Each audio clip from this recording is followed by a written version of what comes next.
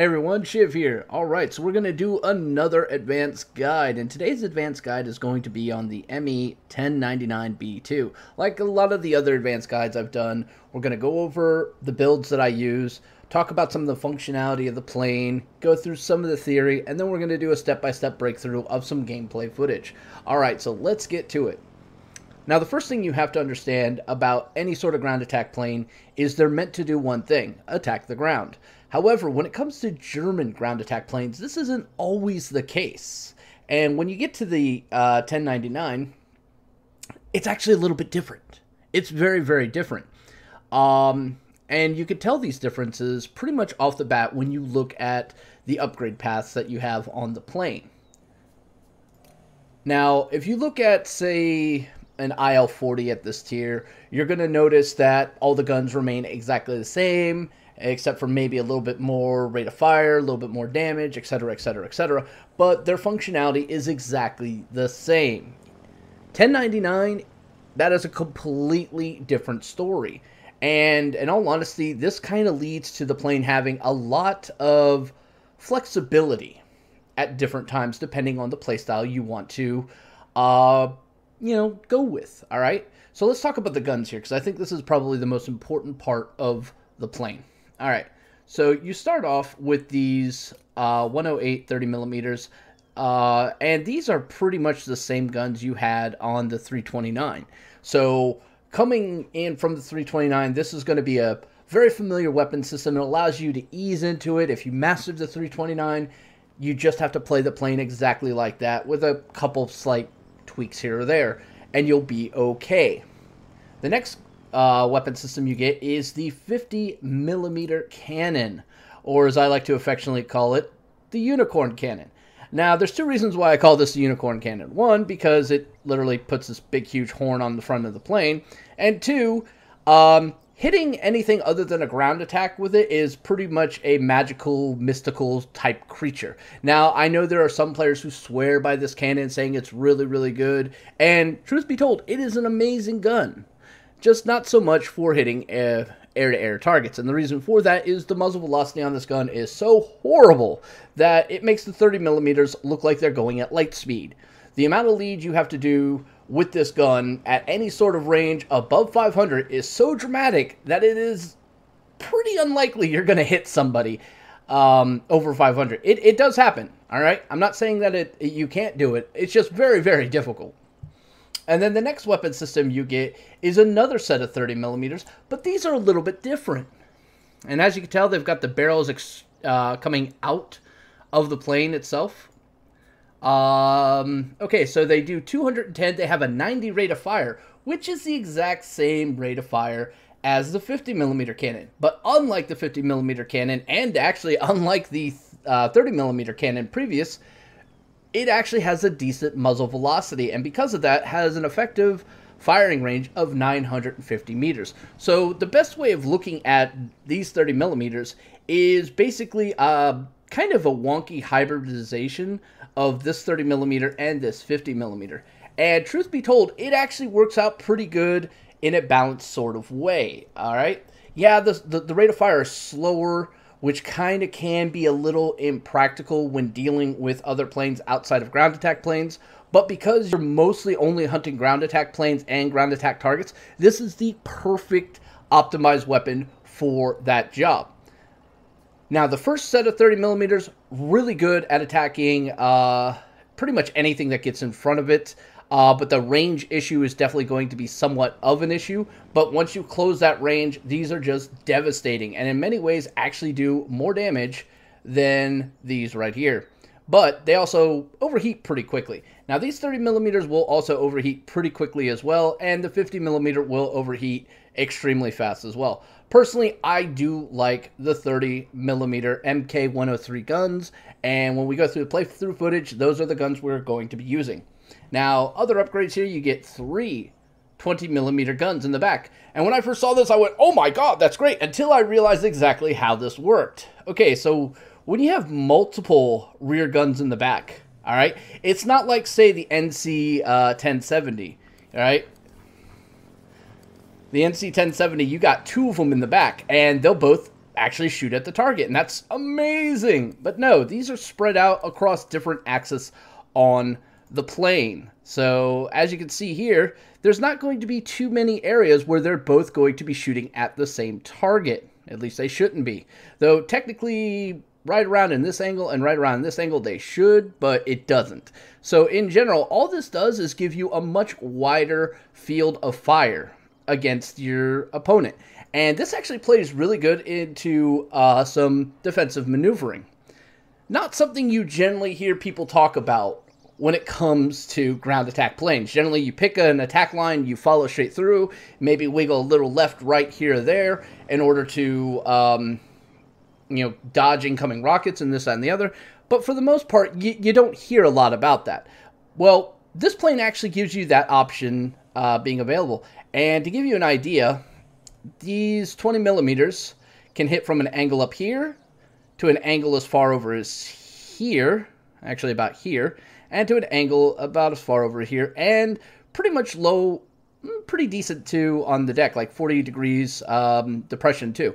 So that's actually a huge cone of denial there. Mind you, it has a really nasty blind spot, like point blank right here on the tail, that can be very annoying. When you find yourself in the rear gun view and you see that this is happening, just wiggle to the left, wiggle to the right, alright, and it'll break that blind spot quite nicely. Okay, so let's talk about the equipment here. Now, this is a slightly different build than I would normally advocate, but because we're using long-range 30 millimeters, it made a lot of sense. Alright, so the first thing we have here is the improved covering. Obvious reasons. We've got the reinforced airframe. Again, obvious reasons. We like having all that hit points. And the third option is the real key one here. Normally, I'd be taking something like the additional armor plates to give my crew a little bit more protection.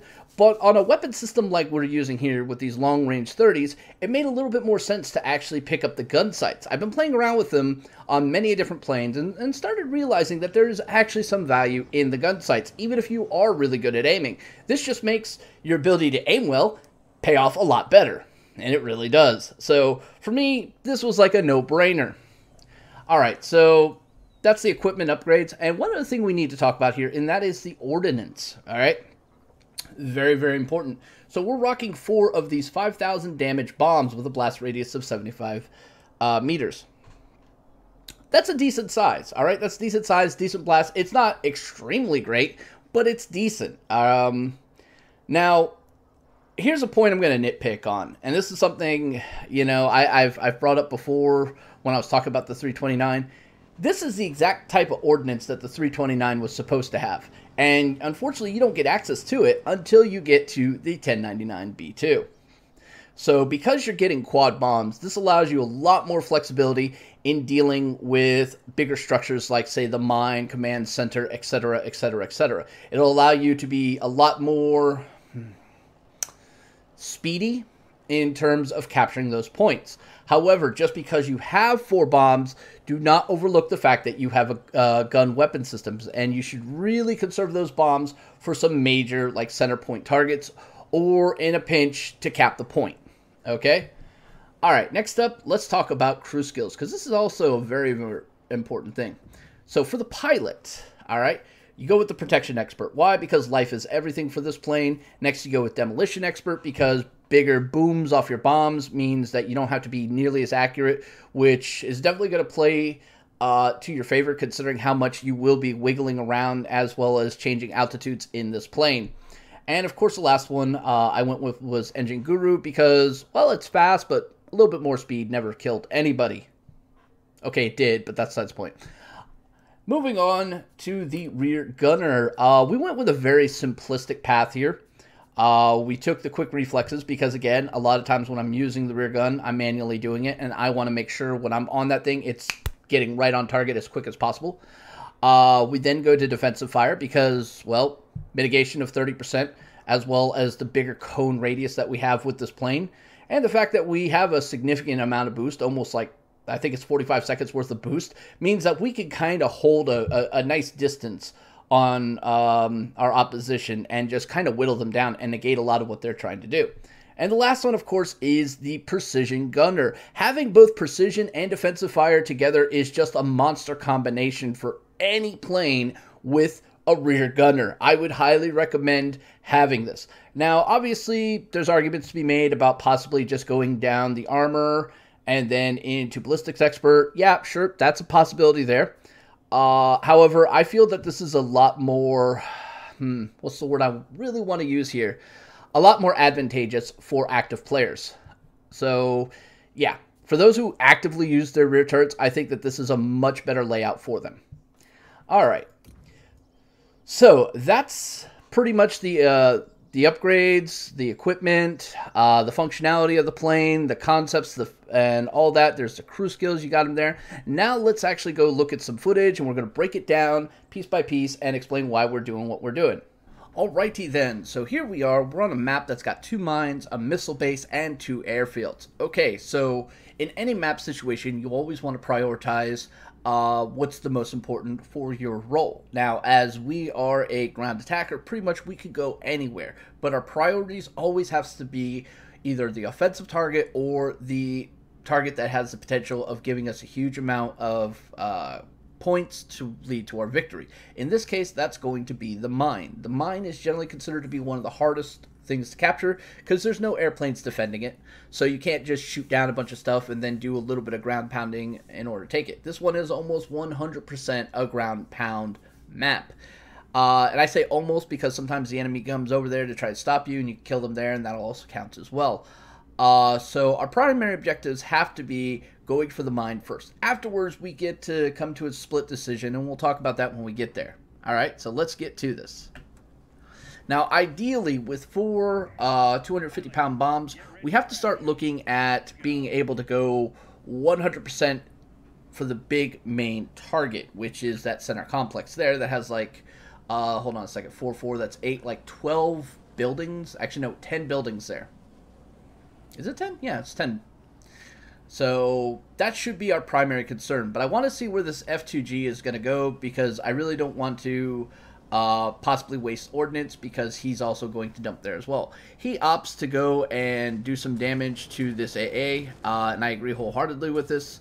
He ends up taking out that AA. Nice. So we're going to do our gunnery. Now, as you notice, once we got done with that 4th smokestack there, we moved in to this front building. The idea here is if you can gun out the first building, then you could drop your bombs a little bit more clustered in the back end and ensure you get a kill. So I could have actually gotten away with only using 2 bombs versus the 3 I'm going to have to use. Unfortunately, we didn't quite get this. So now if you notice the drop pattern there was 1 in between the first and the second building, 1 on the back side of the building, and then a double drop right on top of the cooling towers there. This was to ensure that we had a very nice blast radius that was going to ensure that we caught everything. And as you can see, it did. Now, we're going to want to be coming in and trying to finish up another target here. So we have 3 different options, okay? We've got the AA, which is almost directly in front to the right of us. We've got a building with a couple silos to the left of us. We got 2 buildings, a hangar, and a couple flat structures slightly beyond that. Now, considering the speed we're moving, obviously going for the furthest away target will allow us to get more shots on it and kind of prevent us from possibly crashing into things, so we're going to go for that one.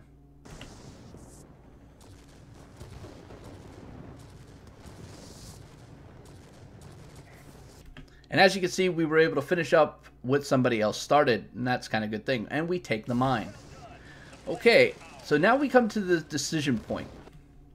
We could either go to the airfield, help take that, or we could go to the missile base and take that. Now, a couple things to consider here. If we go for the airfield, that kind of takes us out of position, but would give a significant amount of time to allow our bombs to come back in.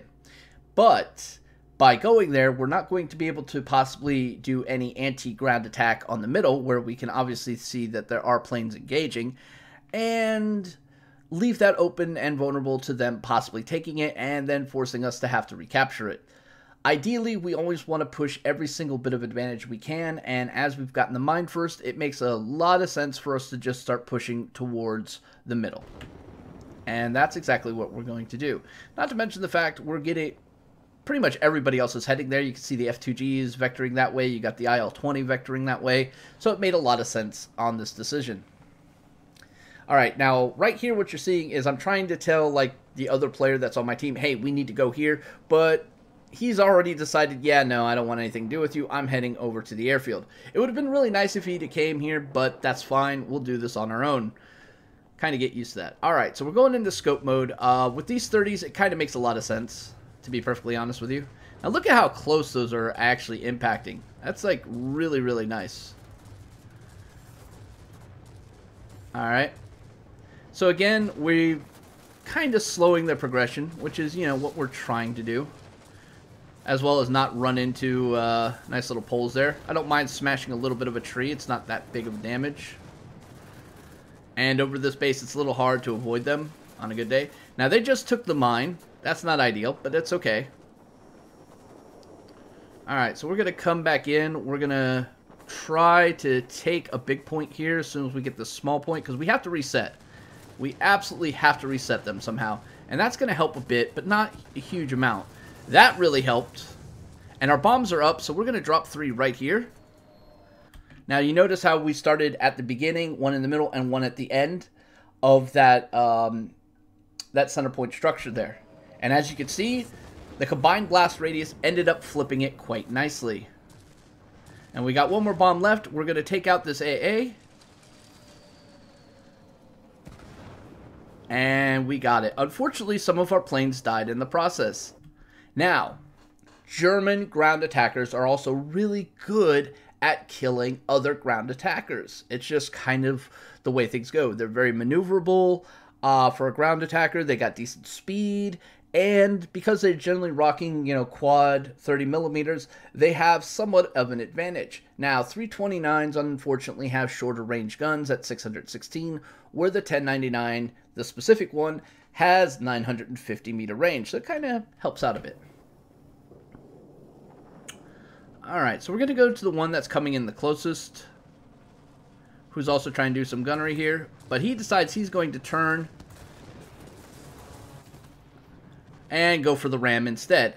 Not a bad play, but unfortunately it didn't gain either of us any sort of advantage. It just negated back to 0. But I know this is now the player I need to watch out for. He's going to be coming after me every single time. He's also in a German ground attack plane. This is just what they do. Meanwhile, Sawbones is off doing his thing over the middle, trying to fight for it, and he's doing a really good job. Just going to say that right now. He did a really good job this game. Alright. So, we're just naturally gliding over there. We are going to be losing a little bit of speed. I can't really do much about that, except for hit boost, and we're going to do that to kind of come in here. And we're looking to try to find something that's slow moving, like a ground attack, but we took the military base. So at this point, I'm going, well, I need to head over to the mine, and if I could kill this, what is this, the IL-40 on my way there, that's even better. But the IL-40, I'm thinking, he's going to die anyway, he's so low, but apparently nobody on our team can actually hit him, as you can see. So we're just lining it up, and boom.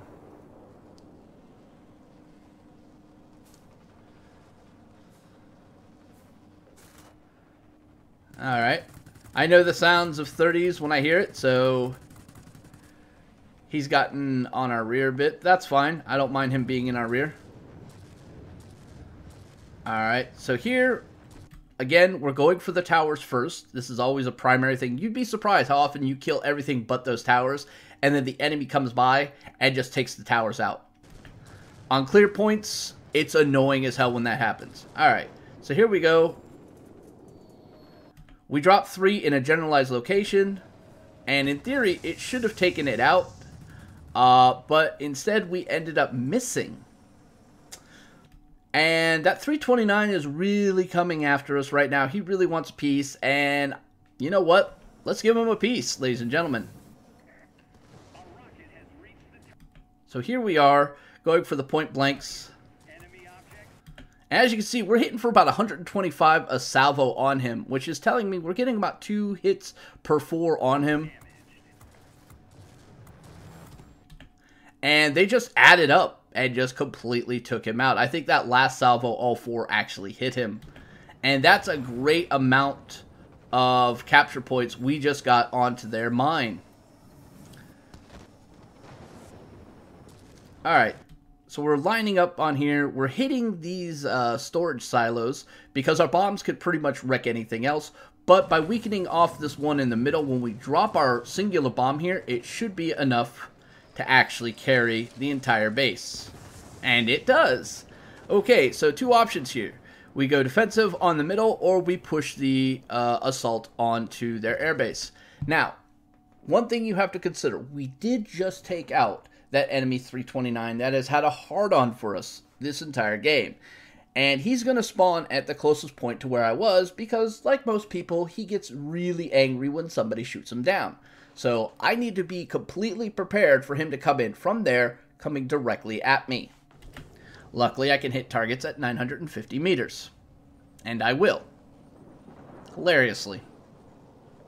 Alright, so we're moving in, and we're looking at the minimap, and there he pops up right there at almost level to us. And he's starting to turn in right now. And as you can see, we're kind of lining up before we go into the sniper mode. And there we go. And we just went right through him like a hot knife through butter. No F's given. And that actually caused damage to their base, which means when we take it, we get credit for capturing the base, which is kind of the important thing there for a ground attacker. You always want to get credit for capturing a base. Now again, we smashed through there, and we have taken this point, and that's pretty much all she wrote. There's really no place else I could go. We've got air supremacy. It's just riding it out. But as you can see here, this plane, even with the slower firing guns, does very good at killing ground attack planes.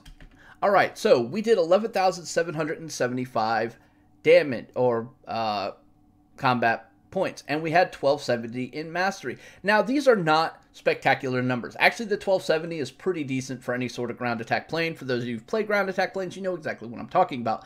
But the 11,775 might seem a little low. Well, there's a reason for this. We weren't going for massive amounts of destruction on multiple targets. We were being overly precise in where we were aiming, all right? We weren't trying to grind up max points. We were trying to go for the victory, which is the big takeaway there. Victory means more than points, all right?